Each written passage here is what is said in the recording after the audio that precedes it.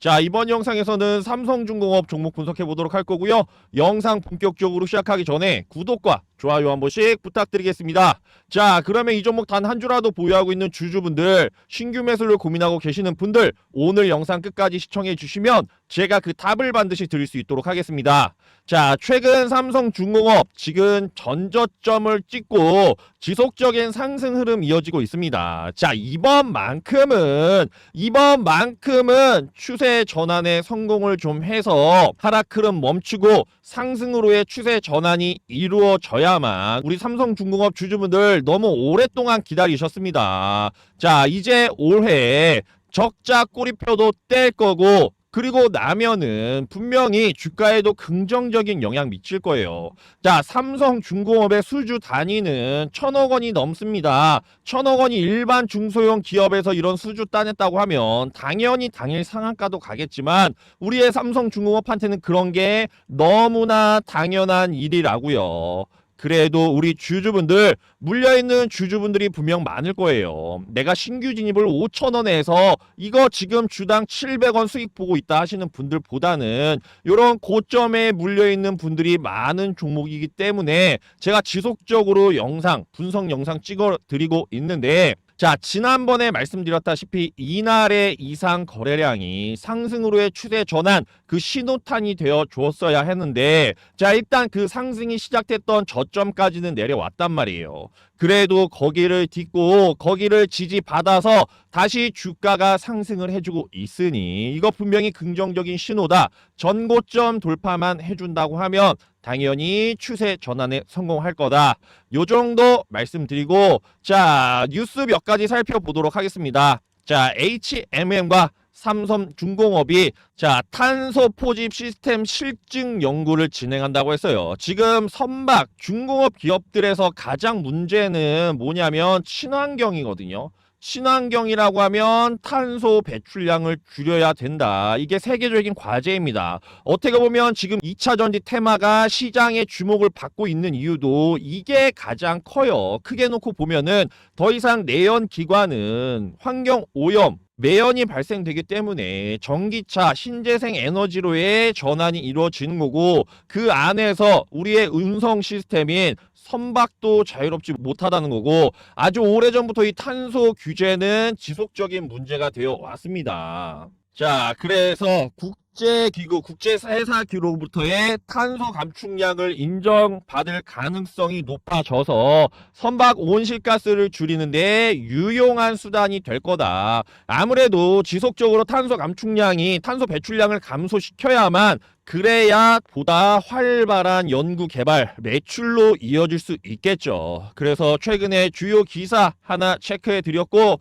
자, 그러면 오늘도 역시나 제가 수급 분석 통해서 앞으로의 주가 전망, 그 안에서 우리는 어떤 대응 가져가면 되는지 말씀드릴 건데, 자, 우선 대차장고랑 공매도 추이 본격적으로 살펴보기 전에 우리 구독자분들 위해 준비한 선물 하나 드리고 시작을 하겠습니다. 자, 그래서 폭등주와 급등주를 찾아내는 방법을 설명드릴 건데, 자, 여러 가지 방법이 있겠죠. 뭐 수급 상황을 살펴볼 수도 있고, 이평선을 볼 수도 있고, 보조지표를 볼 수도 있는데, 제가 오늘 설명드릴 방법은 바로 이 거래량을 중심으로 급등주와 폭등주 찾아내는 방법에 대해서 설명을 드릴 거고, 자, 여기에 있는 숫자 1000이라는 숫자와 100이라는 숫자를 기억하면서 다음으로 넘어가 보도록 하겠습니다. 자, 급등을 만들어내는 데 있어서 세력들은 차트에 그 흔적을 무조건 남기게 되어 있고, 그 흔적 중에 거래량을 중심으로 폭등주를 찾아낼 수 있습니다. 자, 우선 거래량이 무엇인지 이해를 해야겠죠. 자, 사려는 사람과 팔려는 사람의 힘싸움은 바로 이 캔들에 나타나는 거고, 이게 얼마나 많이 있는지가 바로 거래량 지표라는 거죠. 자, 이 원리를 이해하는 게 가장 중요한데, 자, 투자 심리가 없어진 상태, 즉 사려는 사람도 없고 팔려는 사람도 없는 그런 상태에서는 매수세가 조금만 몰려도 이런 불기둥을 만들어낼 수 있습니다. 자, 그러면 반대로 투자 심리가 많은 상태, 즉 사려는 사람도 많고 팔려는 사람도 많으면 주가가 어떻게 될까요? 이렇게 다소 지저분한 형태, 윗꼬리 아랫꼬리를 단 이렇게 다소 지저분한 형태의 캔들이 되는 거죠. 그래서 이런 도치 모양 캔들이 만들어지면 이날은 사려는 사람도 많았고 팔려는 사람도 많았구나. 세력들은 이런 투자 심리가 없어진 그런 상태를 노려서 보다 적은 금액으로 주가를 끌어올리고 싶어 하는구나. 이 부분까지 이해하고 다음으로 넘어가서 급등을 만들어내는 종목들, 세력들이 만들어내는 흔적은 바로 거래량의 급증 이후에 급감이 나와줘야 돼요. 여기서 거래량이 감소폭 쪼그라드는 정도가 크면 클수록 더 큰 상승을 만들어낼 수 있고, 그때 만들어지는 음봉의 크기가 크면 클수록 역시나 더 큰 상승을 만들어내는데 그러면 당일 하한가 간 종목 잡으면 되겠네요? 아니죠. 그래서 제가 그 기준에 대해서 말씀을 드릴 건데, 거래량의 급증은 전거래일 대비 1000% 이상이어야 하고, 거래량의 급감은 전거래일 대비 100% 이하가 가장 이상적입니다. 요 숫자는 500이라는 숫자와 그리고 50이라는 숫자로 대입을 해도 되는데, 요 수치가 중요하다기보다는 거래량의 급증 이후에 급감이 나온다, 이 원리를 이해하는 게 중요한 거고, 이 수치는 제가 그동안 매매를 하면서 요 정도 안에 들어오면 안정적이겠구나, 우리 구독자분들의 이해를 돕기 위해서 수치화해 둔 거죠. 그러면 차트 화면 돌아가서 몇 가지 종목 살펴보도록 하겠습니다. 슈프리마이드라는 종목 보겠습니다. 오늘 상한가에 안착을 시켜놨는데, 이날 이상 거래량 보이시나요? 전 거래일 대비 2892% 터지고 그 다음날 5.4%로 확 쪼그라들어요. 감소폭이 크면 클수록 더 큰 상승을 만들어낸다고 했죠. 주가 바닥을 설설 기는 거래량 나오다가 세력들은 사람들이 이 종목에 대한 관심이 떨어져 줬구나, 이럴 때 주가를 지금 4배, 5배 가까이 주가를 뻥튀기 시키고 있습니다. 이거 뭐 다 지난 거에서 이런 비슷한 거 찾아내는 게 아니라 오늘 급등하는 종목들에서 찾아내고 있는 거예요. 그냥 아무거나 찍어도 됩니다. 세토피아라는 종목 볼게요. 전거래일 대비 1058% 거래량 터졌고 다음날 10%로 확 쪼그라들었죠. 그리고 바닥을 설설 기는 거래량 나오다가 사람들의 관심이 확 꺼져진 요럴 때, 이럴 때만 해도 사람들의 관심이 많았다는 거죠. 이럴 때가 아닌 사람들의 관심이 확 꺼진 이럴 때를 노려서 주가를 지금 3배, 4배 가까이 주가를 띄워주고 있습니다. 이트론이라는 종목 보겠습니다. 이날 전거래일 대비 이건 4500%나 터졌네요. 다음날 14%로 확 쪼그라들고 이날 음봉 딱 만들어진 거 보이시죠? 그리고 나서 주가가 이렇게 흘러가다가 바닥을 설설 기는 거래량이 나오다가 나 여기 찌롱 해놓고 다시 거래량을 확 죽이죠. 나 여기 찌롱 해놓고 거래량을 다시 확 죽입니다. 그리고 나서 주가를 지금 3배 정도 띄어내고 있어요. 저는 이트론이라는 종목의 재료나 다른 얘기는 아예 드리지도 않았어요. 단순히 이 이상 거래량만 보면서 체크를 해드린 거고, 세력들은 뭘 좋아하느냐? 바로 가성비를 좋아합니다. 더 적은 금액으로 주가를 더 많이 끌어올리면 좋기 때문에, 거래량이라는 게 세력들이 주가를 얼마나 끌어올릴 수 있는지, 얼마나 돈을 많이 썼는지를 나타내주는 지표라고 하면, 더 적은 거래량으로 더 적은 돈으로 주가를 더 많이 뻥튀기 시키면 세력들은 이득이란 말이에요. 그래서 사려는 사람도 없고 팔려는 사람도 없는 그럴 때를 노려서 주가를 요렇게 뻥튀기 시킨다, 이걸 기억해 줘야겠습니다. 그래서 여기까지 설명드리면 뭔가 긴가민가 해요. 이게 맞는 건가? 그래, 거래량 급증 이후에 급감을 나타낼 수 있어. 맞아, 내가 잊고 있었던 종목, 반짝 수급 들어왔다가 잊고 있었는데 어느 날 갑자기 급등을 만들어내는 종목들 많이 나도 봤어. 그래서 제가 안전장치까지 마련해 뒀습니다. 안전장치라고 하면 거래량의 급증 이후에 급감이 나오고 나서 주가가 횡보하거나 상승하거나 하락을 한단 말이에요. 그럼 이렇게 거래량의 급감이 나오고 나서 거래량이 설설 기는 동안에는 단기 이평선, 즉 5일 이평선에서의 지지 여부를 확인하면서 우리는 타점 진입하면 되겠습니다. 이트론 차트 들어와 있으니까 이걸로 마저 설명드리면 이상 거래량 이날 들어왔고 지금 진한 보라색이 5일 이평선인데 5일 이평선에 이탈 없이 주가가 꾸준하게 잘 가고 있습니다. 그러면 계속적으로 홀딩을 하고 있는 거죠. 언제까지? 5일 이평선에 이탈이 나올 때까지. 그럼 5일 이평선 이탈 나오면 전량 매도하나요? 아니죠. 부분적으로 매도하면서 다시 5일 평선 위로 안착하는 시점까지 기다렸다가 지속적인 홀딩 가져가면 되겠습니다. 자, 슈프림 아이디 이날 이상 거래량 들어왔단 말이에요. 이거 뭐 5일 평선에 이탈이 나오지도 않고 주가가 바닥을 설설 기어갔기 때문에 홀딩하기가 훨씬 수월했겠죠. 자, 세토피아 차트 보겠습니다. 이상 거래량 이날 들어왔고 주가가 이건 상승을 해줬네요. 그리고 나서 잠깐 이렇게 5일 평선 이탈이 나왔어요. 그럼 잠깐 매매를 쉬는 거죠. 그리고 나서 다시 5일 평선 위로 안착을 하니까 주가가 이렇게 흘러가 주다가 이런 급등을 만들어내고 있습니다. 자, 정리해 드리겠습니다. 세력들은 차트에 반드시 흔적을 남기게 되어 있는데 우리는 급등주와 폭등주를 찾아낼 수 있다. 거래량의 급증 이후에 급감이 나와줘야 하는데 거래량의 급증은 1000% 이상, 거래량의 급감은 100% 이하. 요 숫자는 500이라는 숫자와 50으로 대입을 해도 되는데 자, 거래량의 급감한 이후에 주가가 횡보하는 동안에 우리는 단기 이평선에서의 지지 여부를 보면서 타점 진입하면 된다. 이렇게 정리를 해드릴 수 있겠습니다. 자, 여기까지 설명을 드리면 주식을 어느 정도 하시는 분들이다. 그러면 그래 나도 어느 정도는 깨닫고 있었던 부분인데 이 친구가 이론적으로 정리를 잘 했네 라고 말씀하실 거고, 자, 주식이 아직 어려운 우리 주린이 분들 긴가민가 하실 거예요. 무슨 말인지 알랑말랑 하실 거고, 그러면 얼른 가서 거래량의 급증 이후에 급감을 나타낸 종목이 있는지 찾아봐야겠죠. 근데 2000여 개가 넘는 종목들에서 이걸 어느 세월에 다 찾아내겠습니까? 그래서 제가 지금까지 설명드린 내용을 이 검색식으로 만들어 놨어요. 자, 그래서 대차장고 공매도 추이 뭔지 다 아시겠지만 제 영상 처음 보는 분들도 계실 수 있기 때문에 자, 간략하게만 말씀드리면 비쌀 때 팔아서 쌀 때 사서 갚는 거죠. 내가 5,500원에 미리 팔았다가 5,000원에 사서 갚았어요. 그러면 나한테는 500원이라는 시세 차익이 생기는 거죠. 내가 가진 물량 없어도 빌려서 팔 수 있는데 빌리는 걸 대차라고 하는 거고, 대차 거래가 이루어지면 이자를 감당해야 됩니다. 그러면 공매도 세력들이 내는 이 수익금이 이자분보다는 많아야만 대차장고를 보유하는 그 명분이 생기겠죠. 자, 대차장고가 늘어나요. 그러면 공매도 물량도 따라서 늘어나는 거고, 이는 주가의 하락이 예측될 때 이런 현상이 일어납니다. 자, 반대로 대차장고가 감소하면 공매도 물량도 따라서 줄어드는 거고, 이는 주가의 상승이 일어날 때 혹은 상승이 예측될 때 이런 현상이 일어나는데, 자, 대차장고 어떻게 되고 있죠? 최근에 감소 추이에 있죠. 누가 봐도 파란색이 많잖아요. 그러면 공매도 물량도 따라서 줄어드는지 확인해 봐야겠죠. 자, 요때 4월 3일을 기점으로 해서 4월 3일에 공매도 물량이 좀 들어왔는데 이날 어떤 날인지 한번 봐야겠네요. 자, 요 날이네요.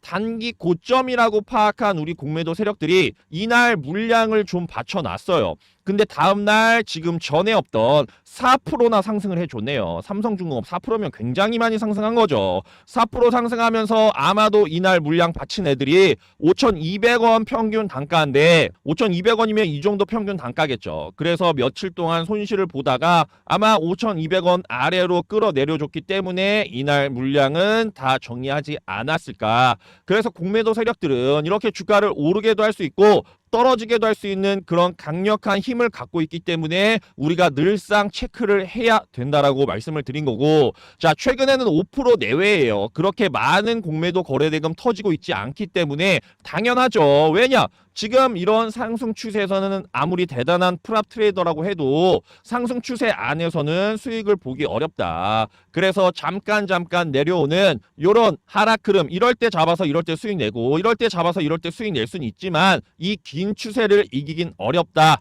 그래서 공매도 세력들이 다소 몸을 숨기고 있는, 공매도 물량을 많이 넣고 있지 않은 모습이다. 요 정도 체크해 드리고, 자, 수급 상황 한번 살펴보겠습니다. 최근에 삼성중공업 주가를 견인하고 있는 건 외국인과 기관의 쌍끌이 매수세예요. 우리 쌍끌이 매수세 아주 좋아하죠. 개인이 물량을 덜어내고 있고, 자, 그럼 제가 늘 뭐라고 말씀드리죠? 주가의 꾸준한 상승, 예쁜 상승이 있기 위해서는 이 개인과 외국인 간의 주고받는 물량이 중요하다라고 했습니다. 외국인의 순 매수세가 지금의 주가를 견인해주고 있긴 하지만 천년만년 들어올 수는 없어요. 그러면 외국인이 털고 나갈 때 개인이 그 물량을 잘 받아줘야만 주가의 추가적인 상승, 이런 상승 추세가 지속적으로 일어날 수 있겠죠.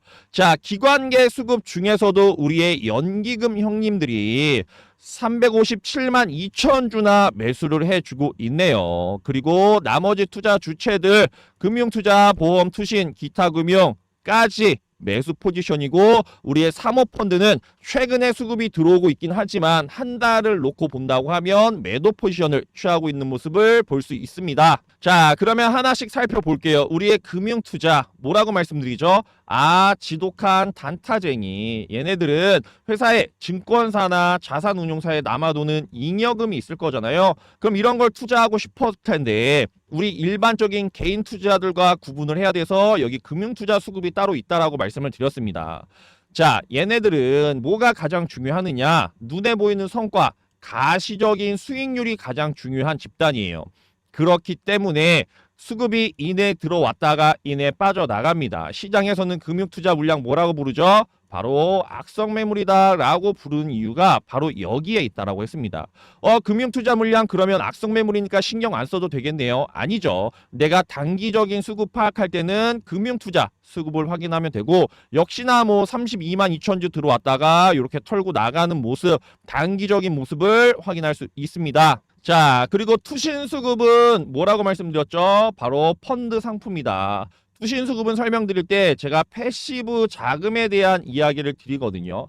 자, 코스피 200 종목이에요. 삼성중공업. 그러면은 우리 펀드 상품 중에는 지수 자체를 추종하는 그런 종목들, 그런 상품들이 분명 있을 거거든요. 코스피 200 종목 지수 자체를, 코스닥 150 지수 자체를 추종하는 그런 상품들, 당연히 들어오는 수급, 그걸 패시브 자금이라고 해요. 그럼 삼성중공업은 선박과 관련해서 혹은 친환경 사업과 관련해서 그런 상품들에도 수급이 들어올 수 있겠죠. 그래서 투신 수급은 요거 펀드 상품 요 정도 이해하시면 되겠습니다. 자, 연기금은 잠깐 말씀드렸는데 최근에 순매수세 들어오고 있어요. 자, 연기금 수급과 금융투자 수급의 가장 큰 차이점은 금융투자 수급은 이내 빠져나가지만 연기금 수급은 중간중간에 받쳐주는 물량의 역할을 해주거든요. 그래서 내가 매수한 종목에 연기금 수급이 들어온다. 요거 단기간에 급락은 없겠구나. 요 정도 이해하시면 되겠습니다. 자, 사모펀드 최근에 매도 추이를 이어가고 있는데 사모펀드 돈 냄새 하나는 기가 막히게 맞는다. 자, 49인 이하로 모집이 되죠. 49인이 넘어가면 뭘로 되죠? 50인부터는 공모펀드로 구분이 되는 거죠. 바로 여기 투신수급에 잡히는 거고, 자, 사모펀드는 49인 이하로 모집이 되고 1억 원 이상 투자금이 있어야만 가입 가능합니다. 말이 1억 원이지 사모펀드 운영되는 자금 보면 1,000억 원, 그리고 조 단위가 넘어가는 사모펀드도 많이 있어요. 아니, 49인밖에 안 된다며 어떻게 그런 많은 자금이 모일 수가 있죠? 바로 여기에 그 이유가 있다고 했습니다. 사모펀드는 공시의 의무가 발생되지 않아요. 자, 그러면 부자들 입장에서 한번 생각을 해보자고요. 내가 돈을 어디에서 얼마나 벌었는지 그거 남들한테 알리기를 꺼려 하거든요. 그렇기 때문에 이 사모펀드라는 이름 안에 숨어서 내 돈 굴리는, 내 재테크 수단으로 삼는 거죠. 누가? 부자들이. 그래서 이렇게 막대한 자금 운영이 가능한 거고, 또한 49인밖에 안 되긴 하지만 그대들만의 끈끈한 인적 네트워크를 통해 형성된 정보력도 갖고 있습니다. 그래서 내가 들어간 종목에 사모펀드 수급이 심상치 않다 체크를 하셔야 되는데, 근데 얘네들은 이런 대형주보다는 중소형 종목 그리고 비상장 주식을 좋아합니다. 왜냐? 자기네가 마음껏 영향력을 행사할 수 있고 마음대로 주물 수 있는 그런 종목을 좋아해요. 자, 그래서 사모펀드까지 지금 기관계 수급을 잡아드렸고, 자, 제가 매번 영상에서 이거 왜 설명드린다고 했죠? 매번 똑같은 내용이 아니에요. 같은 창을 열긴 했지만 매일매일 수급 상황이 변하기 때문에 이 변화하는 수급 상황에 맞춰서 내가 그 흐름을 읽어낼 줄 알아야 됩니다. 자, 같은 숫자 6만 5천을 보고 누군가는 그냥 기타금융 6만 5천이구나라고 해석을 하고, 누군가는 이 안에서 내가 타점 잡는 힌트를 얻을 수 있단 말이에요.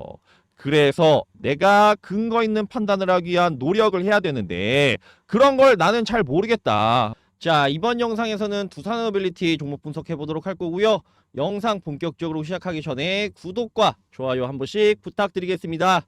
자, 그러면 이 종목 단 한 주라도 보유하고 있는 우리 주주분들, 신규 매수를 고민하고 계시는 분들이라면 오늘 영상 끝까지 봐주시면 제가 그 답을 반드시 드릴 수 있도록 하겠습니다. 자, 두산어빌리티 그래도 오늘 장중 3.7%, 3.8% 가까운 상승을 나타내주고 있습니다. 4.89%까지 상승을 했는데, 자, 지난 영상에서도 제가 말씀드렸다시피 우리의 두산어빌리티는 조금 늦어요. 이미 정부에서의 죽이기, 수주 공시가 난 게 언젠데 이제서야 3% 4%대 상승을 나타내 주냐고요.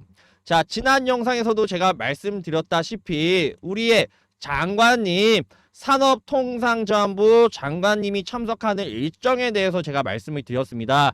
그래서 장관급이 참석하는 이슈는 반드시 체크를 해줘야 된다라고 말씀을 드렸는데, 자, 그래서 뭐 모르는 사람 없겠죠. 우리 두산에너빌리티 주주분들이라면 신한울 3, 4억이를 그 주기기를 공급하면서 2조 9천억 규모짜리 수주를 냈다. 그래서 보다 자세한 내막에 대해서 제가 말씀드렸어요. 두산중공업 시절에 주기기에 대한 계약이 체결됐었는데 그때 정부 정책이 탈원전 정책으로 바뀌면서 당시에 만들어놨던 주기기를 이러지도 저러지도 못하고 있다가 이번에 다시 수주 공사를 따냈다. 이렇게 이해하시면 된다라고 말씀을 드렸고, 자, 이번 주기기 제작을 위해 460여 개 원전 협력사와 힘을 모은대요. 그래서 오늘 우리 두산어빌리티는 빌빌대고 있지만 G2파워 이런 종목은 열심히 날아가 주고 있습니다. 두산에너빌리티는 가지도 못하는데 우리 G2파워는 잘만 가네요. 정말 답답한 노릇일 수 있는데, 자, 2조 9천억 원짜리 재료면 세력들 입장에서는 당연히 놓치기 아까운 재료거든요. 근데 두산에너빌리티가 대장인 건 알겠는데 얘를 올리자니 시장의 반응이 너무 미적지근한 거죠. 그래서 그 재료를 썩히긴 아까우니 G2파워로 가서 여기에 좀 세력들이 달라붙은 게 아닐까라는 제 개인적인 해석이고, 그러면 두산에너빌리티는 언제까지 이렇게 빌빌 거릴 거냐, 이름에 빌이 들어가서 빌빌 되는 건지 너무나 답답한 노릇이긴 한데, 자, 우리 주주 여러분들, 제가 뭐라고 말씀드렸습니까? 하락 추세는 끝났고 상승 추세로의 전환이 시작되었다. 그래서 저점을 계속해서 높여가면서 꾸준하게 우상향하면 되기 때문에 여기 16,000원 부근에서만 지지해준다고 하면은 꾸준한 상승 이루어질 거라고 했습니다. 자, 그러면 지금 요렇게 예쁘게 상상해서 전고점 돌파하는 18,000원, 딱 18,500원까지 도착하면은 다시 내려올 거예요. 재수없는 소리 하는 게 아니라 두산에너빌리티는 움직임이 어쩔 수가 없습니다. 그냥 예쁘게 점점점 찍으면서 3연속 상한가 가면 좋겠지만 수주 공시를 5조 원, 누적 공시가 5조 원이 넘는데 이번 공시만 해도 2조 9천억 원짜리인데 이렇게 주가가 상승하지 못하는 건 그만큼 엉덩이가 무거운 종목이라는 거고, 두 번째로 지금 원전 관련 테마에 수급이 들어올 만큼 시장에 돈이 넘쳐나지 않습니다. 자, 반대로 말하면 수급이 모자라요. 돈이 돌고 있지 않은 상황이기 때문에 끼케야 2차 전지 관련한 종목들, 끼케야 로봇 관련한 종목들, 아니면 개별 종목 이슈에 수급이 몰려다니고 있는데, 근데 또 여기서 열받는 건 그냥 개별 종목 호재 이슈로만 봐도 진짜 이번에 대단한 수주 공시 따낸 거거든요. 그 금액만 해도. 그리고 다른 종목들 국채과제 이런 걸로 얽히면 얼마나 주가 급등합니까? 지금 이번에 수주 공시 따는 것도 어떻게 보면 국가로부터의 수주를 받아낸 건데 주가가 안 가도 너무 안 간다, 인간적으로 너무 안 간다, 제가 썸네일에서도 말씀드리고, 제가 가급적이면 영상에서 저도 객관성을 유지하려고 하는데, 자, 우리의 두산에너빌리티 너무나 답답한 흐름이 아닐 수 없습니다. 그래도 다시 한번 말씀드리지만 우리 주주 여러분들, 이상 거래량도 한번 들어왔어요. 요때 이상 거래량 한번 들어왔고, 그래도 추세 전환에 성공은 했기 때문에 답답한 흐름일지라도 그래도 꾸준하게 우상향만 해준다면야 또 이런 효자 종목이 어디 있겠습니까? 그래서 오늘도 역시 제가 수급 분석 통해서 앞으로의 주가 전망 어떻게 이어질지, 그 안에서 우리는 어떤 대응 가져가면 되는지 말씀드려 볼 텐데, 자, 본격적인 수급 분석 들어가기에 앞서서 제가 우리 구독자분들 위해 준비한 선물 하나 잠깐 드리고 시작을 하겠습니다.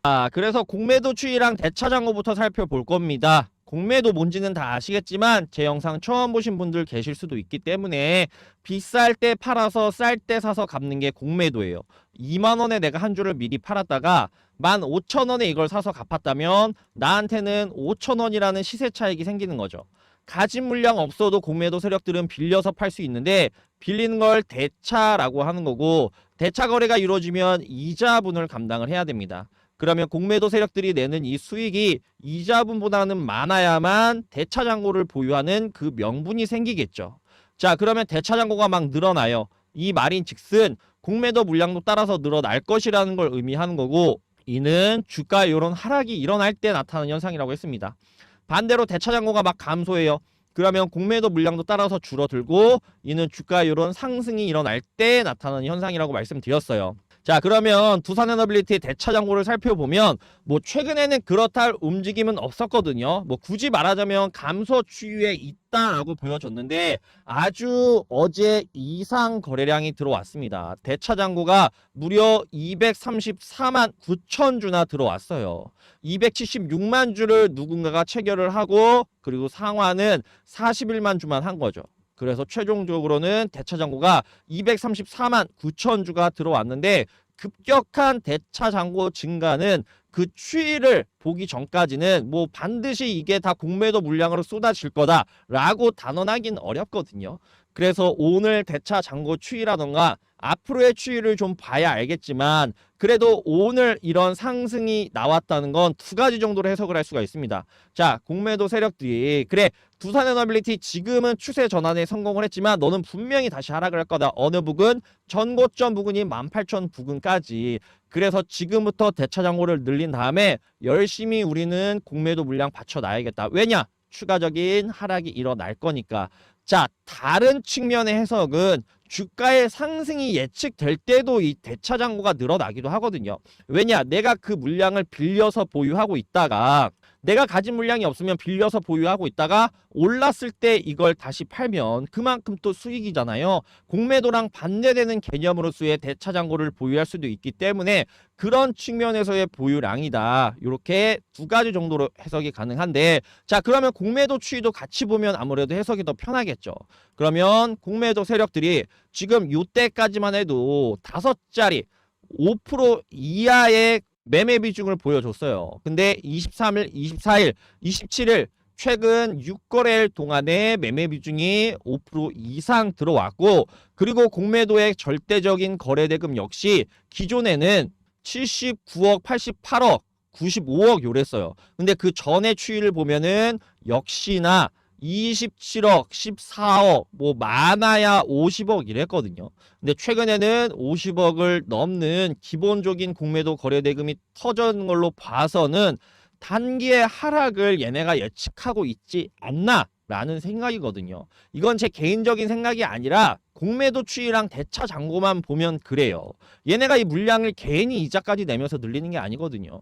최근에 공매도 물량이 분명 들어온 거는 공매도 세력들이 뭔가 숏을 쳐서 여기에 물량을 가득 담아놓고 16,000원 이하로 주가를 떨어뜨려 놔야 지금 얘네들 평균 타격이 다 요 부근이란 말이에요. 16,000원 부근이란 말이에요.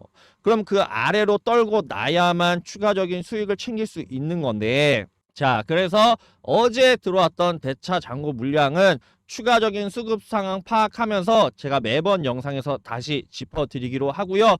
자, 수급 상황 한번 살펴보겠습니다. 지금 개인의 꾸준한 순매수세에 이어지고 있어요. 그러면 제가 두산에너빌리티 상승하려면 어떻게 해야 된다고 했죠? 외국인의 순매수세가 들어와 줘야만 꾸준한 상승이 일어난다고 했습니다. 개인이 가진 물량을 외국인한테 터는 시기가 올 거예요. 그러면 외국인의 매수세가 다시 들어오면서 주가가 이렇게 상승할 거라는 거거든요. 왜냐? 과거부터 이 두산에너빌리티의 주가를 부양하는 건 바로 외국인 수급이었기 때문이에요. 개인이라고 해서 우리 개미 투자자들을 말하는 건 아니지만, 이 개인 안에 있는 주포보다는 외국인 안에 있는 주포의 순매수세가 들어올 때 두산에너빌리티의 상승이 있었다. 그래서 지금 개인이 가진 물량 외국인한테 분명히 털 때, 그때 외국인의 순매수세가 들어와 줘야 하고, 그때 만약에 외국인이 외면한다고 하면 주가의 추가적인 하락이 일어날 수 있겠죠.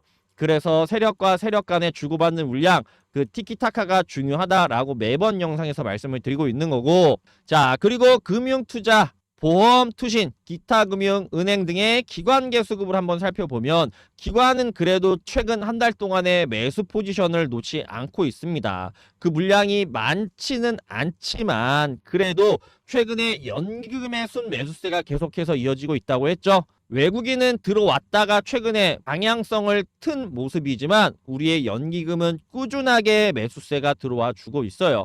그래서 그 연기금은 중간중간에 받쳐주는 역할, 그런 물량의 역할을 잘 해주기 때문에 연기금 수급이 들어오는 종목은 긍정적인 시그널이다 라고 말씀을 드렸습니다. 자, 그리고 우리의 투신 수급은 뭐라고 말씀드렸죠? 요거 펀드 상품에서 들어오는 상품인데 두산에너빌리티 코스피 200 종목이에요. 그러면 제가 패시브 자금이, 패시브 수급이 뭔지 설명드렸었죠? 자, 펀드 상품 중에는 코스피 200 종목 자체를 추종하는 그런 상품이나 코스닥 150 지수를 추종하는 그런 상품들이 있어요. 그래서 코스피 200 지수에 편입이 되면 자동적으로 들어오는 수급, 그걸 패시브 수급이라고 했거든요. 그래서 이 코스피 200 종목인 두산에너빌리티에는 투신, 즉 펀드 상품에서의 수급이 자연스럽게 들어온다 라고 말씀을 드렸고, 자, 그래도 투신이 근 한 달 동안 74만 3천 주 매수 포지션을 꾸준하게 유지를 해주고 있습니다. 어제만 해도 18,000주 팔고 나갔는데 오늘 24,000주 다시 들어온 모습 볼 수 있고요. 자, 금융투자 얘네는 지금 47만 5천 주 정도 털고 나가고 있는데, 금융투자 뭐라고 말씀드렸죠? 지독한 단타쟁이다 라고 말씀을 드렸습니다.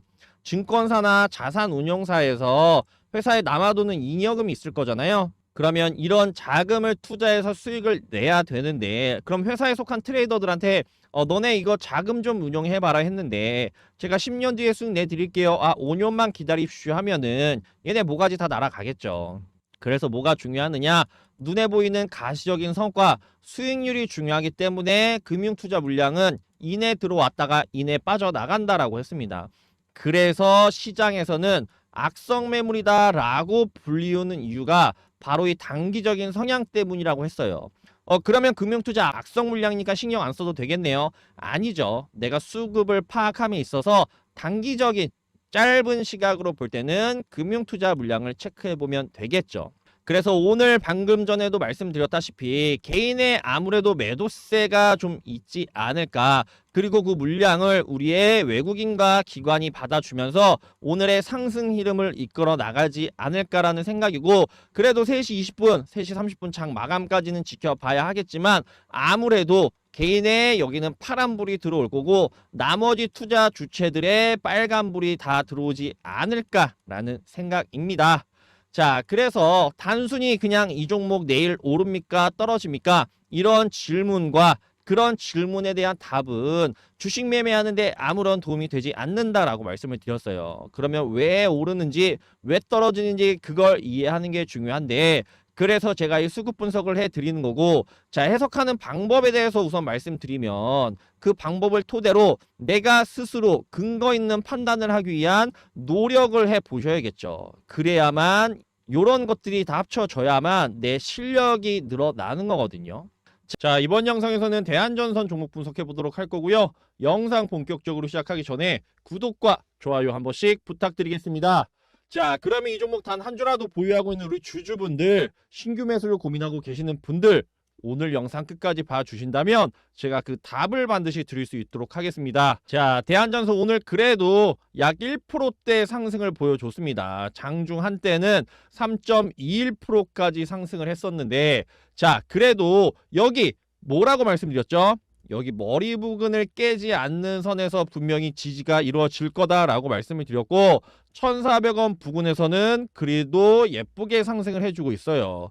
최근에 제가 영상 촬영해 드리면서, 자, 기타 법인 수급에서의 매도 물량 심상치 않다, 공매도 추이와 대차장거를 보아하니 추가적인 하락 흐름 이어질 수도 있다라고 말씀을 드렸고, 그리고 나서 다시 주가 횡보하는 기간 우리 주주분들 굉장히 답답하고 힘드셨을 거예요. 그래도 최근 사거래 동안에 양봉이 나와주고 있기 때문에 이날은 아주 깔끔한 양봉이 나왔고, 오늘도 깔끔한 양봉 마감했으면 더 좋았겠지만 그래도 1%대 상승에 만족을 하고, 자, 우선 주요 뉴스 먼저 체크해 드릴게요. 뭐 누구나 다 알고 있는 내용이긴 하지만 주총에서 이게 결정되는 게 중요하거든요.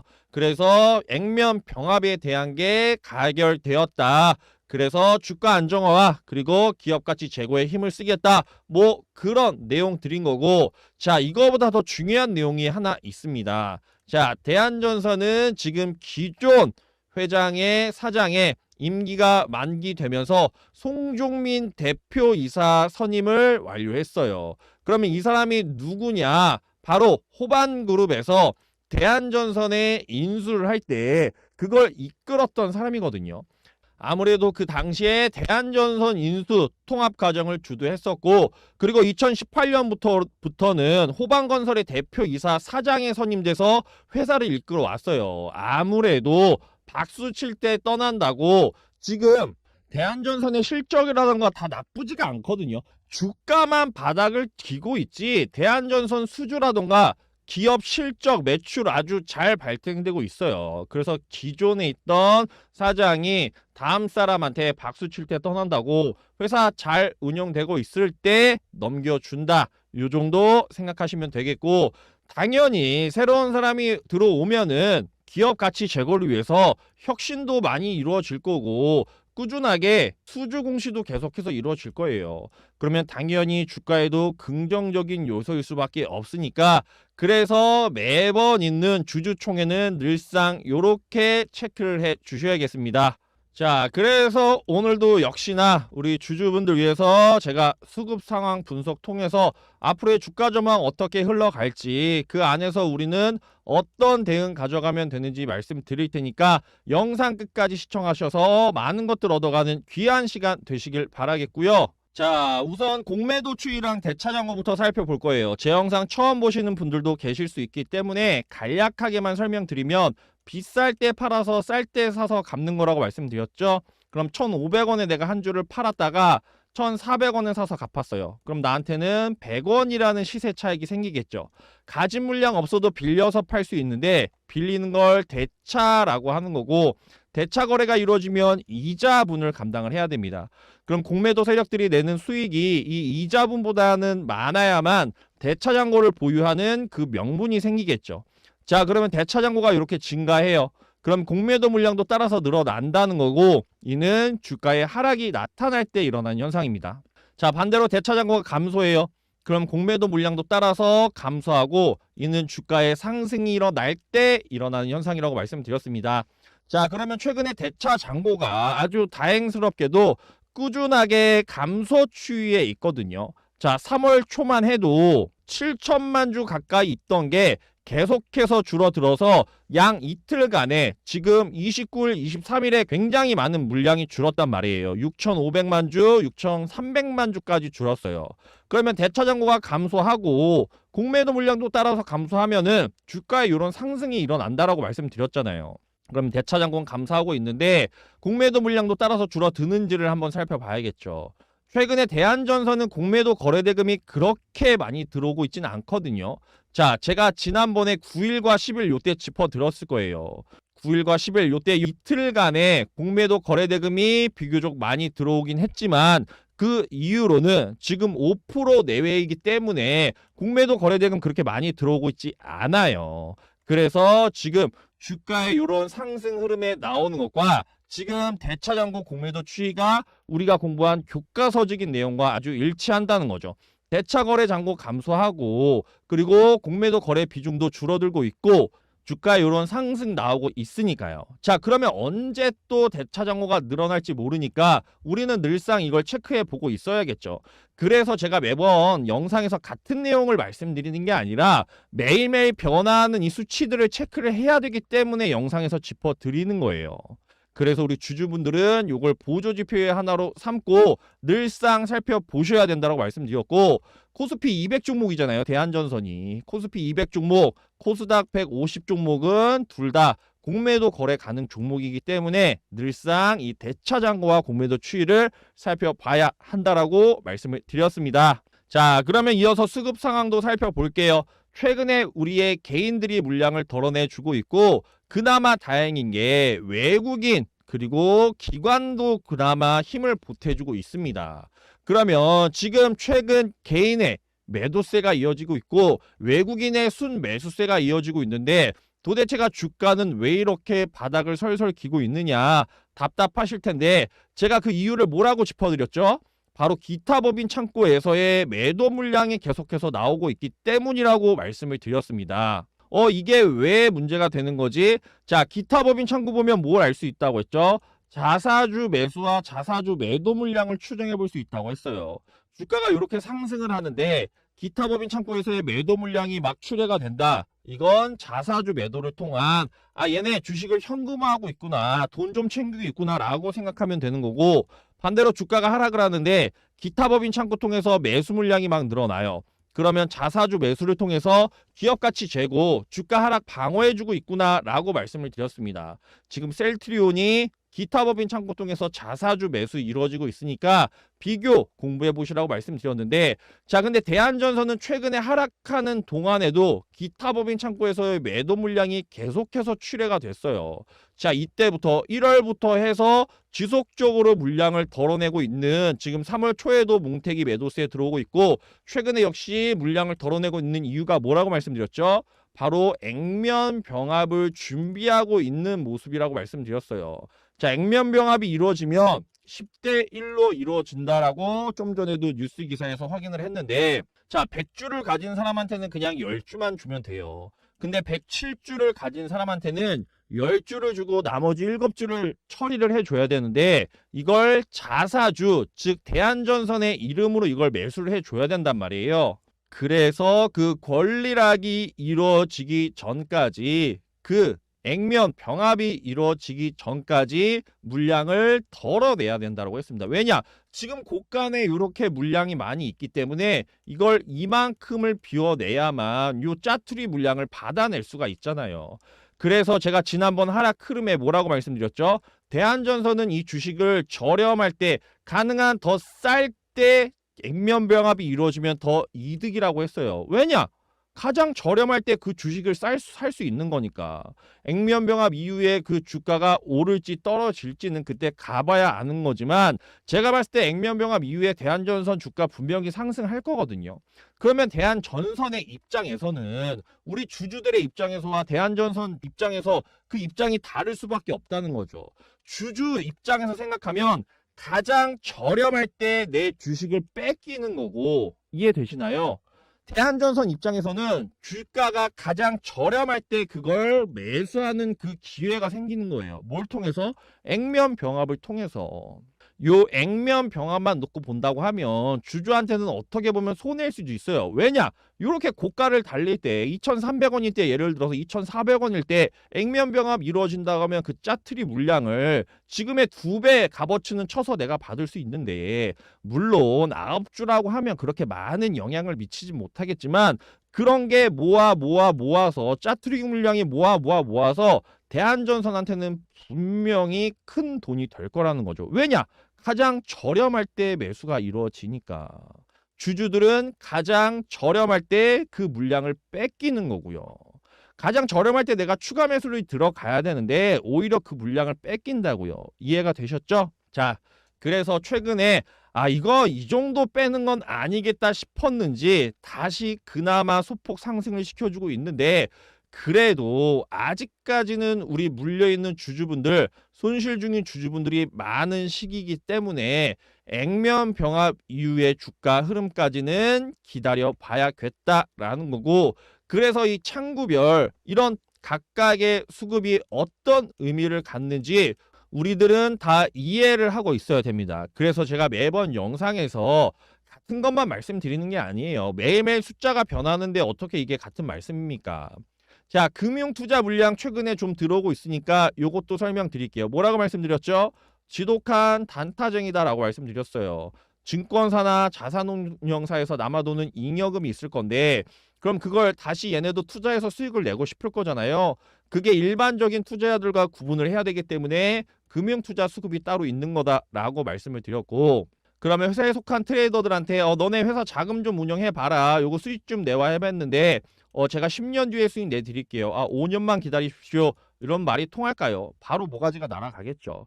그래서 가시적인 성과, 수익률이 중요하기 때문에 금융투자 물량은 이내 들어왔다가 이내 나가는 단기적인 성향이 있다고 했습니다. 그래서 시장에서는 악성 매물이다 라고 부른다고 했어요. 그러면 금융투자 악성 매물이니까 신경 안 써도 되겠네요? 아니죠. 지금 기관계 수급에서 그나마 최근에 매수세가 이어지고 있는 게 금융투자 물량이에요. 단기적인 수급 파악할 때는 금융투자 물량을 반드시 체크를 해줘야겠죠. 자, 그리고 투신 수급은 뭐라고 말씀드렸죠? 자, 패시브 자금을 우리는 아셔야 됩니다. 대한전선이 지금 코스피 200 종목이에요. 그러면 투신이라고 하면 요거 펀드로 이해하면 된다라고 했죠? 그러면 코스피 200 종목, 코스닥 150 종목은 그냥 이 펀드 상품에 얘네 지수를 추종하는 그런 상품들이 많이 있다고 했어요. 그래서 코스피 200 종목 안에 들어가면 자연히 투신 수급은 들어오고 나가는데 그런 자연스러운 수급을 패시브 자금이라고 했습니다. 근데 패시브 자금 치고는 그렇게 물량이 많이 들어오고 있진 않거든요. 왜냐? 대한전선이라는 종목이 어떤 테마에 들어가기가 좀 애매해요. 최근에 시장을 이끈 건 2차 전지 관련한 종목이거나 뭐 로봇 관련 테마 요런 펀드 상품이 많이 마련이 되어 있을 건데 대한전선은 뭐 굳이 구분한다고 하면 여기 원전 테마에 들어가야 되는데 아니면 원자재 구리 가격의 상승에 의한 그런 수혜를 받는 그런 상품에 들어가야 하는데 그 구분 들어갈 때가 조금은 애매하기 때문에 패시브 자금이 그렇게 많이 들어오고 있진 않지만 그래도 우리는 투신 물량을 체크를 해줘야겠습니다. 자, 그래서 단순히 이 종목이 오릅니까 떨어집니까 이런 질문과 답은 주식 투자하는데 아무런 도움이 되지 않는다고 했어요. 그러면 왜 오르는지 왜 떨어지는지를 알아야 되는 거고 그래서 제가 이런 공매도 추이, 대차장고, 투자자별 매매 동향을 매번 영상에서 살펴드린다고 했고 해석하는 방법을 알려드리면 그 방법을 통해서 근거 있는 판단을 하기 위한 노력을 지속적으로 해봐야 된다고 말씀을 드렸습니다. 안녕하세요. SK이노베이션 주주 여러분들. 자, 이번 영상에서는 SK이노베이션 종목 분석해 보도록 할 텐데 영상 본격적으로 시작하기 전에 구독과 좋아요 한 번씩 부탁드리겠습니다. 자, 그러면 이 종목 단 한 주라도 보유하고 있는 우리 주주분들 신규 매수를 고민하고 계시는 분들이라면 오늘 영상 끝까지 보신다면 제가 그 답을 반드시 드릴 수 있도록 하겠습니다. 자, 어제 제가 영상 하나를 올려드렸어요. 다들 의아해 하셨을 겁니다. 얘는 뭐 어제 상승할 때 찍은 영상도 아니고 그전 영상을 올려놨어. 맞습니다. 제가 월요일인가에 촬영했던 영상을 올려드렸는데 그 이유가 더 중요한 거죠. 제가 이유 없이 그냥 영상만 올렸겠습니까? 그 이유를 설명 따로 드리지 않고 오늘 설명드리는 이유가 있는데 바로 지난 영상에서 제가 수급 분석을 해드리면서 자, SK이노베이션의 하락 흐름은 거의 다 끝난 것 같다. 조만간의 상승 조짐이 보인다. 라고 말씀을 드렸어요. 여지없이 상승이 나왔는데 자, 이걸 제가 뭐 단순히 점쟁이라서 그걸 예측한 게 아니라 어차피 자, 주주총회라는 게 주주총회라고 하면 무조건 주주환원 정책이 나올 수밖에 없어요. 더군다나 이렇게 오랜 시간 동안 하락을 했던 종목은 주주환원 정책, 주주들의 마음을 달래주는 그런 게 필요할 수밖에 없거든요. 아이, 솔직하게 말해서 이런데 물려있는 분들 뭐 그거 SK온 주식 좀 준다고 해서 기분 나아지지 않아요. 그래도 아무 액션도 취하지 않고 나 몰라라 하는 회사보다는 그래도 뭐라도 주는 회사가 더 낫다는 거죠.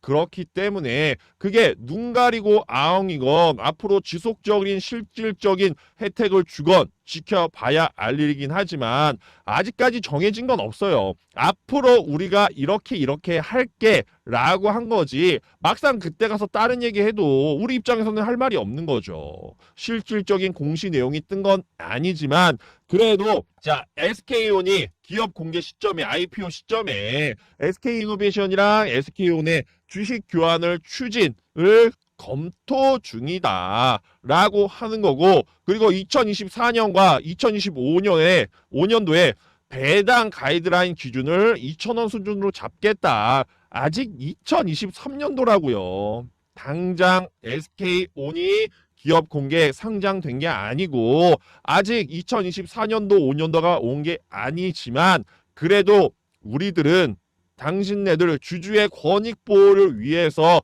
주주환원 정책의 일환으로 이런 걸 할 테니까 너무 속상해하지 말아라. 너무 화만 내지 말아라. 라고 얘기를 해주는 거죠. 자, 그러면 얘네들은 왜 이런 주주환원 정책을 필까요? 이렇게 하지 않으면 이런 무릎 꿇는 사태가 나타난다고요. 이거 원래대로 하면 제가 요거 좀 이렇게 요 회사 이름이라도 좀 지웠어야 되는데 이거 이렇게 나와서 무릎을 꿇느니 우리가 앞으로 배당도 좀 더 해드리고 앞으로 좀 SK온이라는 회사 상장되면은 그거 SK이노베이션이랑 주식도 교환해 드릴게요. 그렇게 솔깃한 말을 해줘야만 이렇게 무릎 꿇을 일이 없는 거라고요. 자, 그래서 어제 대량 거래량 동반하면서 약 18%까지 상승을 했다가 13% 종가 마감을 했고 오늘은 그 안에 캔들에서 이렇게 상승과 하락을 반복하고 있는데 자, 종가상 한 4.7% 정도 마감할 걸로 보입니다. 그러면 우선 이 종목은 SK이노베이션은 추세 전환에 성공하는 게 가장 중요하거든요. 지금 저점을 아주 소폭이긴 하지만 그래도 올려가면서 주가를 부양해주고 있어요. 그럼 이런 의미 있는 거래량이 터져줬으니까 추세 전환에 반드시 성공을 해서 근 2년 동안 이렇게 하락 흐름 이어왔다고 하면 2년 동안 꾸준하게 상승해야죠. 그러려고 지금 SK이노베이션 다들 매수한 거잖아요. 오랫동안 꾸준하게 수급 들어온다는 그 코스피 종목, 엉덩이 무거운 종목을 내가 매수해놓고 오랫동안 지켜보는 이유가 오랫동안 빠졌으면 오랫동안 상승할 거라는 기대 때문에 지금 다들 홀딩하고 계신 거잖아요. 그러니까 이렇게 의미 있는 거래량 들어왔을 때 저점을 높여가는 시점에 꾸준하게 우상향의 성공을 반드시 해야만 한다. 여기까지 말씀드리고 자, 오늘도 역시나 제가 수급 분석 통해서 앞으로의 주가 전망 어떻게 이어갈지 이 안에서 우리는 어떤 대응 가져가면 되는지 말씀드릴 거예요. 그러면 수급 분석이라고 하면 제가 매번 똑같은 말씀을 드리는 게 아니라 매번 수급 상황이 바뀌니까 같은 걸 놓고 말씀드리지만 그 안에 수치들은 달라집니다. 분명 도움될 만한 내용들이고 아셔야 되는 부분들이기 때문에 말씀드리는 거니까 좋아요랑 구독 버튼 한 번씩 눌러주시고 오늘 영상도 끝까지 시청해 주시길 바라겠습니다. 자, 그러면 가장 중요한 게 공매도 추이랑 대차 잔고거든요. 지금 대차 잔고가 급격하게 어제자로 늘어난 모습 볼 수 있는데 자, 요거 본격적으로 설명드리기 전에 제가 우리 구독자분들을 위해 준비한 선물 하나 드리고 시작을 하겠습니다. 그래서 방금 말씀드렸던 대로 어제자에 대차 잔고가 급격하게 증가한 모습 볼 수 있는데 자, 우선 제 영상 처음 보시는 분들 계시기 때문에 공매도 대차 잔고 뭔지 간략하게 말씀드리겠습니다. 공매도 비쌀 때 팔아서 쌀 때 사서 갚는 거예요. 내가 20만 원에 한 주를 팔았다가 15만 원에 사서 갚으면 나한테는 5만 원이라는 시세 차익이 생기는 거죠. 공매도 세력들은 가진 물량 없어도 빌려서 팔 수 있는데 빌리는 걸 대차라고 하는 거고 대차 거래가 이루어지면 이자분을 감당을 해야 됩니다. 공매도 세력들이 내는 수익이 이 이자분보다는 많아야만 대차 잔고를 보유하는 그 명분이 생기겠죠. 자, 그러면 대차 잔고가 이렇게 증가해요. 그러면 공매도 물량도 따라서 늘어날 것이라는 걸 의미하고 이는 주가에 이런 하락이 일어날 때 나타나는 현상입니다. 반대로 대차 잔고가 감소해요. 그러면 공매도 물량도 따라서 감소하고 주가에 이런 상승이 일어날 때 나타나는 현상입니다. 자, 그러면 최근에 SK이노베이션의 대차 잔고는 뭐 크게 늘어나지도 않고 줄어들지도 않았거든요. 그래도 3월 초에 비한다고 하면은 지속적으로 감소 추이에 있다고 보는 게 맞습니다. 그래도 384만 8천 주 정도를 보유했던 게 380만 주였던 게 330만 주까지 줄어들었는데 바로 어제자에 44만 4천 주가 떡하니 들어오면서 대차 잔고가 3월 초 수준으로 다시 들어왔어요. 그렇다는 건 공매도 세력들은 어제 상승을 어느 정도는 알고 있었다는 거죠. 왜냐? 공매도 세력들은 하락을 해야만 수익을 보잖아요. 그러면 지금 공매도 세력들의 평균 가격이 어제자로 18만 7천 원이에요. 자, 18만 7천 원이라고 하면 요 부분에 딱 물량을 받쳐 놓은 건데 요 부분에 물량 받쳐 놓고 오늘 시가 부근에 주가 확 끌어내리고 나서 여기에서 횡보해주고 있단 말이에요. 한 주당 못해도 8천 원에서 9천 원 이상은 수익을 보고 있다는 거죠. 어제 공매도 세력들이. 자, 그러면 얼마나 들어갔는지가 더 중요하거든요. 공매도 거래 대금이 전에 없던 거래량이 터져줬습니다. 지금 이게 상대적인 수치라서 매매 비중이 다소 적어 보일 수도 있지만 거래량이 역대급 거래량이 터져줬단 말이에요. 아까 지금 필해침 세운 거 보셨잖아요. 역대급 거래량이 터져줬는데 그 안에서 역대급 공매도 거래 대금이 터져줬다는 건 공매도 세력들은 오늘의 요 하락도 알고 있었던 거고 어제의 상승도 알고 있었다는 거죠. 그래서 우리는 18만 7천 원에 물량 좀 받쳐놔야겠다 하면서 375억 원어치 거래 대금이 터졌어요. 물론 375억 원이 그냥 다 들어간 건 아니지만 거래량이 그만큼 터져줬다는 거고 실질적인 물량도 당연히 많이 실려줬겠죠. 자, 오늘의 상승이 있기 전까지는 공매도 매매 비중이나 거래 대금이 그렇게 많진 않았거든요. 24일부터 본다고 하면은, 자, 24일이라고 하면 요때예요. 주가 횡보하는 동안에는 그렇다 할 물량 받치지 않고 있다가 갑자기 물량을 떡하니 들어오네. 근데 물량만 들어온 게 아니라 평균 가격을 보니까 얘네가 18만 7천 원에 받쳐놨어. 그렇다는 건 어제의 상승과 하락을 모두 알고 있었기 때문에 일어날 수 있었던 물량이다 라고 말씀을 드리는 거고, 자, 그래서 제가 매번 영상에서 이 대차장고랑 공매도 추이를 살펴드리는 게 대차장고를 늘리는데 아무런 이유 없이 얘네가 하지 않아요. 바보가 아닌 이상해야 누가 이자까지 내면서 대차장고를 늘리냐고요. 내가 돈 쓸 데가 없는데 쓸데없이 은행에서 대출 받아요? 안 받죠. 내가 뭔가 사업을 영위한다거나 투자처가 발생했을 때에만 내가 은행에서 대출을 받는단 말이에요. 근데 아무런 이유 없이 대차장고를 늘리지 않기 때문에 그래서 급격한 대차장고의 증가, 감소는 늘상 체크를 해야 된다라고 말씀을 드리고 있는 겁니다.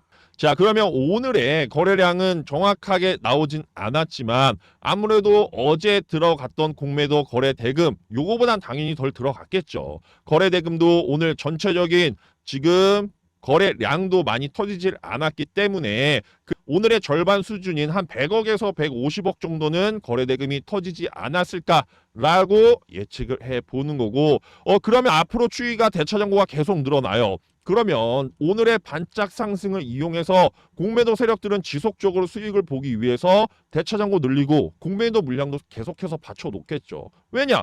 계속적인 수익을 보기에 아주 좋은 타이밍이니까.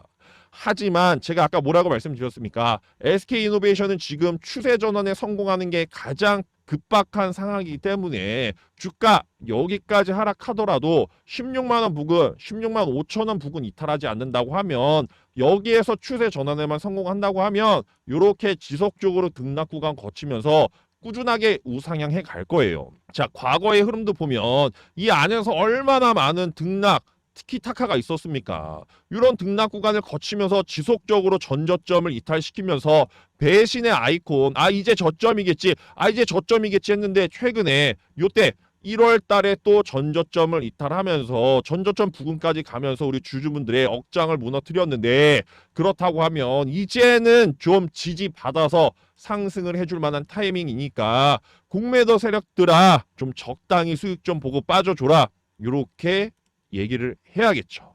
자, 이어서 투자자별 매매 동향도 한번 살펴보겠습니다. 자, 개인과 외국인 중에 우리의 개인이 매수 포지션을 취하고 있는데, 자, 그러면 집 나간 외국인이 당연히 들어와야만 주가가 더 예쁜 상승을 할 수 있겠죠. 어제 상승이 있었던 동안에 기관계만 물량을 사 모아놨거든요. 자, 6만 8천 주 기관만 샀어요. 거래량이 이렇게나 많이 터졌는데 실질적으로 매수한 주체, 매도한 주체가 따로 없다는 건 주가를 그냥 주거니 받거니 롤링만 시켜줬다는 거죠. 자, 그걸 왜 이렇게 말씀드릴 수 있냐면 비교를 해보면 됩니다. 자, 거래량이 이때 610만 주가 터졌어요, 어제. 근데 74만 2천 주밖에 거래량은 안 터졌는데, 자, 개인이 17만 주, 개인이 17만 주를 매수했고, 그리고 외국인이 16만 6천 주를 매도를 했어요. 거래량이 요거밖에 안 되는데 실질적으로 개인이 그 물량을 가져갔고 외국인이 그 물량을 덜어냈다는 거죠. 근데 어제 같은 경우는 주가가 15%나 상승을 했고 거래량이 이렇게나 많이 터졌는데 실질적으로 주식을 가져가고 덜어낸 거는 요 아주 적은 거래량이 터졌던 요 날보다도 훨씬 못하다는 거예요. 그렇다는 건 아무래도 어제 같은 경우는 보여주기식의 자전거래를 통해서 주가 이렇게 우리가 상승시켜 줄 테니까 마음 좀 푸세요, 이런 액션이었다라는 좀 제 개인적인 의견이 전 좀 더 강하거든요. 그래서 실질적인 물량은 주가를 끌어올려 주려고 하면 누군가 매수를 해줘야 되잖아요. 그래서 개인과 외국인은 샀다 팔았다만 반복을 한 거고, 그러면서 실질적인 그 물량은 기관계에서 6만 8천 주를 가져간 모습 확인할 수 있습니다. 자, 어제 매수했으니까 여지없이 기관계에서는 매도 물량 털어내고 있죠. 그 중에서도 우리의 투신이 어제 4만 7천 주 들어왔다가 오늘 3만 2천 주 단기 차익 실현 물량 털어내고 있는 거죠. 그래서 기관계 수급을 조금 더 살펴본다고 하면 금융투자 매도 포지션 취하고 있고, 그리고 연기금이 그나마 34만 주, 사모펀드 역시 매도 포지션을 취하고 있습니다. 자, 하나씩 살펴볼게요. 금융투자 뭐라고 말씀드렸죠? 지독한 단타쟁이다 라고 말씀을 드렸습니다. 자, 증권사나 자산운용사에 남아도는 잉여금이 있을 거예요. 그럼 얘네도 이걸 투자하고 싶은데 일반 우리 개인 투자들과 그 수급 상황이 분할되어서 구분되어서 봐야 되기 때문에, 그래서 금융투자 수급이 따로 있다고 말씀드렸어요. 그럼 회사에 속한 트레이더들한테 너네 요 자금 좀 운용해봐라 했는데, 알겠습니다, 제가 10년 뒤에 수익 내드릴게요, 알겠습니다, 제가 5년 뒤에 수익 내드릴게요 하면은 얘네 모가지 당연히 날아가겠죠. 그럼 뭐가 가장 중요하겠어요? 눈에 보이는 가시적인 성과, 수익률이 중요하기 때문에 금융투자 수급은 이내 들어왔다가 이내 빠져나가는 그런 단기적인 성향 때문에 시장에서는 악성 매물이다 라고 부르는 이유가 바로 여기에 있는 겁니다. 그러면 금융투자 악성 매물이니까 신경 안 써도 되겠네요? 아니죠. 단기적인 수급 파악할 때는 금융투자 물량을 체크하면 되는 거고, 자, 어제 급등 있었을 때 17,000주 역시나 털어내고 나간 모습 확인할 수 있습니다. 자, 보험은 그냥 보험사에서 들어오는 수급인 거고, 투시는 펀드 상품에서 들어오는 수급이다 라고 말씀드렸어요. 근데 여기에서 다른 종목은 아니지만 SK이노베이션은 투신 수급을 왜 확인해야 된다고 말씀드렸죠? 바로 코스피 200 종목이기 때문이에요. 자, 제가 패시브 수급, 패시브 자금 뭐라고 말씀드렸죠?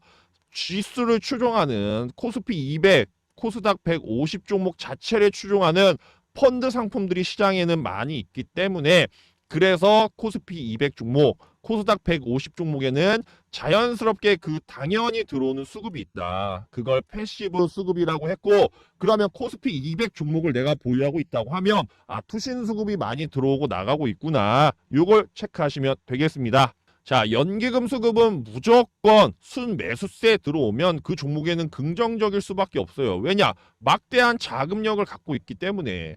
연기금 하면 제 개인적인 생각인지 모르겠지만 다소 바보 같고 뭔가 우둔한 그런 이미지가 있는데, 그래도 연기금 수급은 받쳐주는 물량의 역할을 잘 해주기 때문에 순매수세가 들어오면 주가에는 긍정적인 신호일 수밖에 없어요.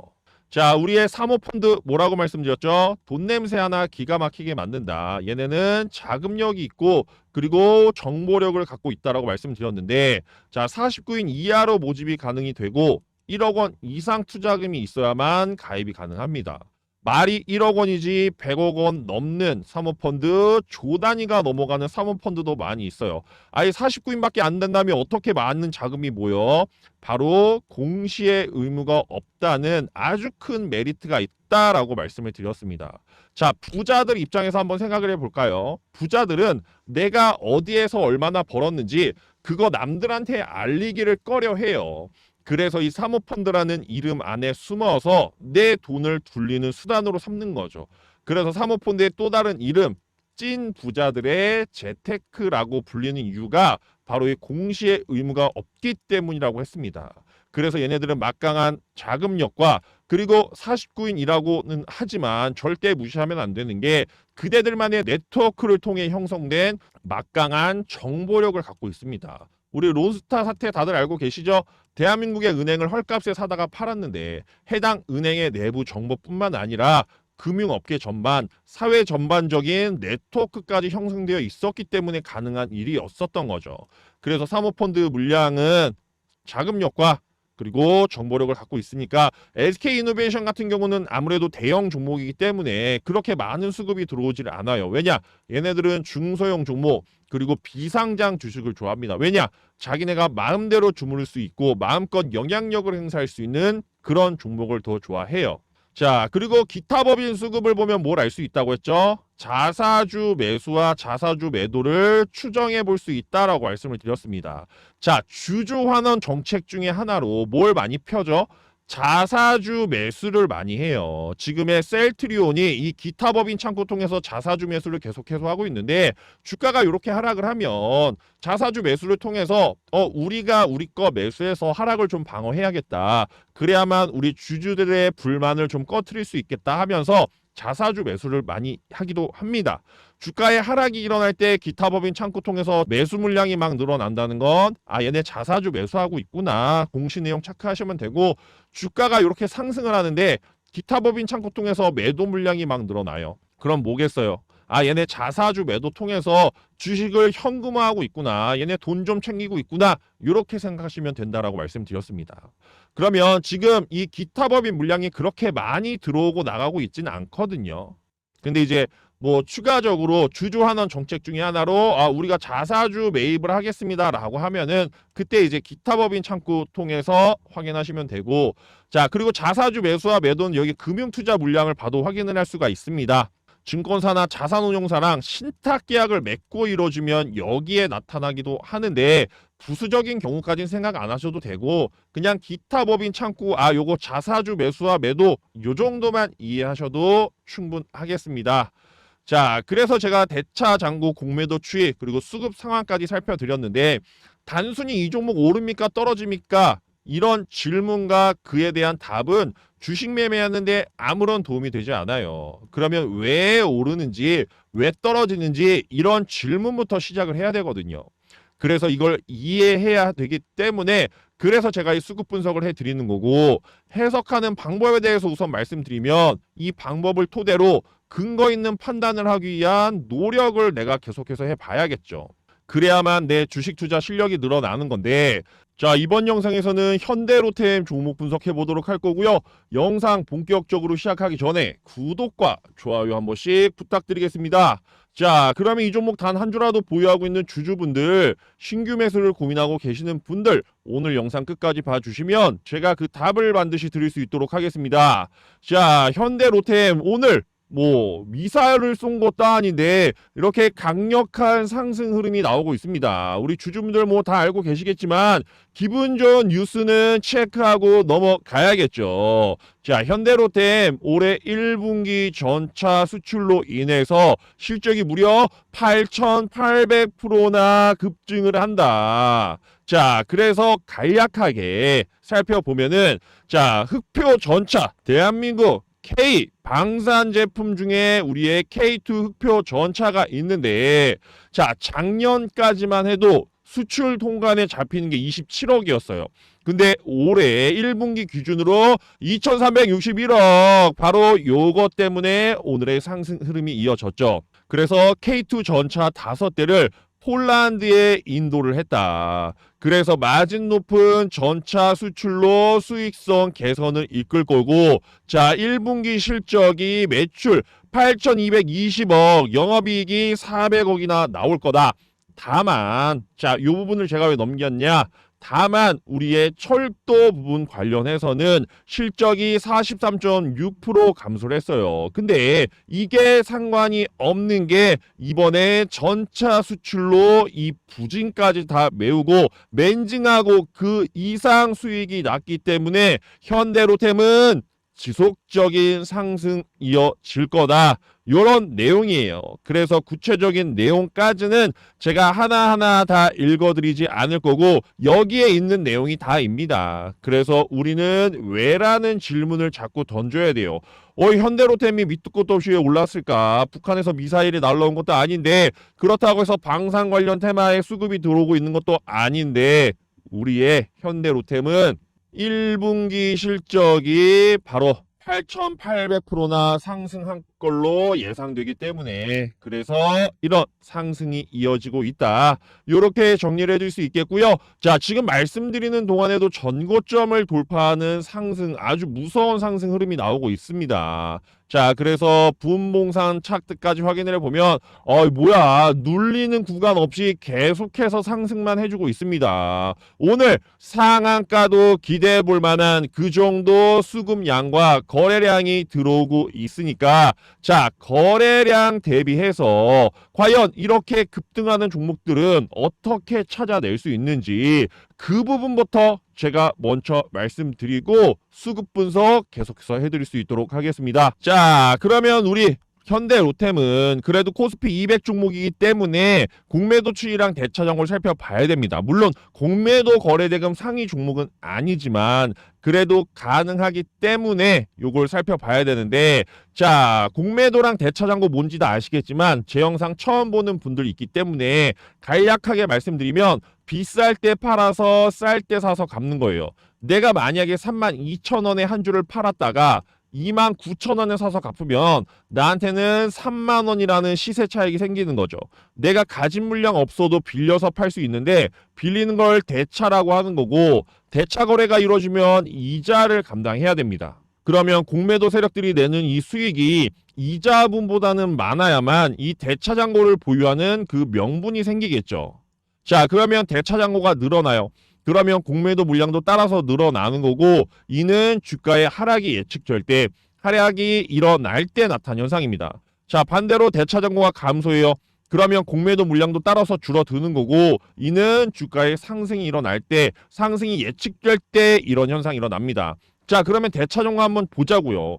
자, 어제자 4월 19일 어제를 빼놓고는 지속적인 대차 잔고가 감소를 하고 있었죠. 자, 화살표 이렇게 해드릴게요. 헷갈릴 수도 있으니까. 대차 잔고는 감소를 했고 공매도 물량도 한번 볼까요? 자, 공매도 거래 대금이 그렇게 많지 않은 종목이라 추이를 보긴 어렵겠지만, 자, 대차 잔고가 감소했던 지금 4월 중순까지 3월 초부터 4월 중순까지 지속적인 공매도 거래 대금도 그렇게 많이 안 들어오고 있습니다. 공매도 매매 비중이 한 10% 이상은 되어야, 최소한 5% 이상이 꾸준하게 유지되어야 공매도 세력들이 좀 많은 물량을 받쳐놨다 볼 수 있는데, 자, 이것만 봐도 요때만 해도 공매도 세력들이 많이 들어왔네요. 요거를 비교해 드리면, 자, 3월 초를 한번 살펴보겠습니다. 3월 초 차트가 언제쯤이냐? 자, 요때쯤이네요. 요때쯤에서 공매도 세력들이 물량을 계속해서 받쳐놓고, 자, 25,000원 부근에 있다가 24,000원까지 떨어졌으니까 주당 1,000원씩은 수익을 받겠죠. 그래서 요때는 공매도 매매 비중이 10% 정도는 들어왔다. 그래서 요때 숏을 쳐서 그래도 공매도 세력들이 수익을 받지만 그 뒤로는 지속적인 상승 흐름이 이어졌어요. 제가 아까 뭐라 그랬죠? 주가에 상승하는 동안에는 이 공매도 물량이 줄어든다. 역시나 10% 이상 되는 공매도 매매 비중이 없는 모습을 우리는 확인할 수 있는 거죠. 그래서 우리가 공부하기에 딱 좋은 아주 교과서적인 내용의 대차 잔고와 공매도 추이를 보여주고 있습니다. 이게 반대로 나타나는 경우도 있고, 대차 잔고는 늘어나는데 주가는 같이 상승하는 경우도 있어요. 이게 다르게 나타나는 경우도 있는데, 지금 현대로템은 아주 정직한 추이를 보이고 있기 때문에 우리 구독자분들 공부하는데 아주 큰 도움이 될 거라 생각을 하고, 자, 이어서 투자자별 매매 동향 과연 누가 사고 팔고 있는지를 한번 보겠습니다. 아이고, 이건 그냥 봐도 우리의 외국인과 그리고 기관이 열심히 물량을 사 모으고 있네요. 특히나 우리의 외국인의 순매수세가 두드러지는데, 자, K방산에 외국인들의 관심이 지속적으로 들어오고 있다는 거죠. 어느 정도는 오늘의 상승을 예측할 수 있었다. 왜냐? 외국인의 순매수세가 들어왔기 때문에. 개인들은 바보라서 팔았을까요? 아니에요. 주가의 꾸준한 상승이 있기 위해서는 세력과 세력 간에 주고받는 물량이 아주 중요합니다.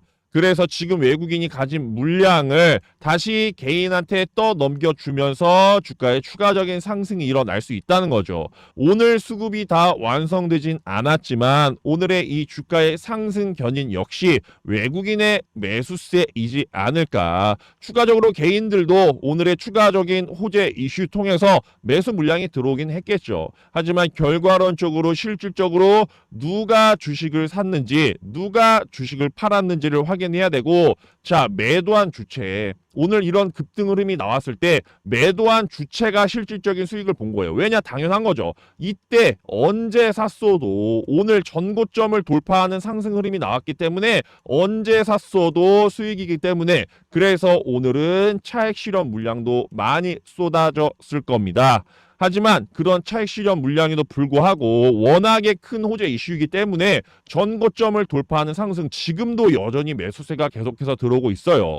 자, 외국인의 힘을 더해서 우리의 기관계 수급이 지속적으로 들어오고 있습니다. 하나씩 살펴드리면, 기관계 수급 중에서는 금융투자, 그리고 투신, 기타금융, 연기금, 사모펀드가 매수 포지션을 취하고 있고 우리의 보험만 팔고 나가고 있네요. 자, 금융투자부터 살펴보겠습니다. 금융투자는 뭐라고 말씀드렸죠? 지독한 단타쟁이다. 자, 증권사나 자산운용사도 회사에 남아도는 잉여금이 있단 말이에요. 그러면 걔네들도 이걸 투자하고 싶을 텐데, 그럼 뭐가 가장 중요하겠습니까? 가시적인 성과, 수익률이 가장 중요하겠죠. 회사에 속한 트레이더한테 야, 너 회사 자금 좀 운영해봐라 했는데 5년만 기다리십시오, 10년만 기다리십시오 하면은 얘네 뭐가지 당연히 날아가겠죠. 그래서 금융투자 수급은 이내 들어왔다가 이내 빠져나간다는 특징이 있기 때문에 시장에서는 악성 매물이다라고 불리우는 이유가 바로 이 단기적인 성향 때문이라고 말씀을 드렸습니다. 금융투자 물량 그러면 악성 매물이니까 신경 안 써도 되겠네요. 아니죠. 단기적인 수급 파악할 때는 금융투자 수급 확인하면 되고, 자, 연기금이랑 비교해서 생각하시면 보다 쉬워요. 자, 금융투자는 짧게 치고 나간다고 하면 연기금은 중간중간에 받쳐주는 물량의 역할을 잘 해주거든요. 그래서 단기간에 하락이 있어도 연기금은 잘 팔지 않아요. 그래서 급락을 방어해 준다. 그런 이유에서 내가 들어간 종목에 연기금 수급이 꾸준하게 들어온다. 당연히 호재 이슈일 수밖에 없는 거죠. 왜냐? 자금력도 있고 얘는 쉽게 팔지 않으니까 급락을 방어해 준다. 뭐 요 정도 특징이 있겠습니다. 자, 그리고 사모펀드 수급까지만 체크를 해볼게요. 사모펀드 최근에 순매수세 지속적으로 들어오고 있는데 돈 냄새 하나는 기가 막히게 맞는 투자 주체입니다. 보통 49인 이하로 모집이 되는데 49인이 넘어가면 뭐죠? 바로 여기 펀드 상품, 공모펀드의 구분이 되겠죠. 49인 이하로 모집이 되고 1억 원 이상 투자금이 있어야 가입 가능합니다. 말이 1억 원이지 사모펀드 운영되는 자금 보면 1,000억 원은 기본이고 조 단위가 넘어가는 사모펀드도 많이 있어요. 49인밖에 안 된다며 어떻게 그런 많은 자금이 모이는 게 가능해? 자, 바로 공시의 의무가 없다는 이 가장 큰 메리트를 갖고 있기 때문이에요. 자, 부자들 입장에서 한번 생각을 해볼까요? 부자들은 내가 돈을 어디에서 얼마나 벌었는지 그거 남들한테 알리기를 꺼려합니다. 그래서 이 사모펀드라는 이름 안에 숨어서 내 재테크 수단, 내 돈을 굴리는 수단으로 삼는 거죠. 그렇기 때문에 소수 정예이긴 하지만 이런 막대한 자금 운영이 가능한 거고, 이건 제가 그냥 말씀드리는 게 아니라 사모펀드 그냥 네이버에 검색해 보시면 뭐 사모펀드 상위 종목, 상위, 상품 이런 거 나올 거예요. 그런 거 보시면 그 운영되는 자금까지 다 확인할 수 있으니까 얼마나 큰 자금을 운영하는지 확인해 보시면 되겠습니다. 그래서 사모펀드는 자금력을 갖고 있고 49인밖에 안 되지만 그대들만의 네트워크를 통해 형성된 정보력을 갖고 있다. 그래서 내가 들어간 종목의 사모펀드 수급이 심상치 않다. 그러면 늘상 확인을 해봐야겠죠. 그럼 이번에 돈 냄새 역시 제대로 맡았기 때문에 93만 9천 주 순 매수를 해준 거고, 자, 사모펀드 수급이 지금 연기금이라던가 금융투자, 다른 투자 주체들보다 훨씬 많이 있어요. 기관계 수급의 대부분을 우리의 사모펀드가 책임을 지고 있는 건데 돈 냄새를 맡았기 때문에 들어왔다는 거죠.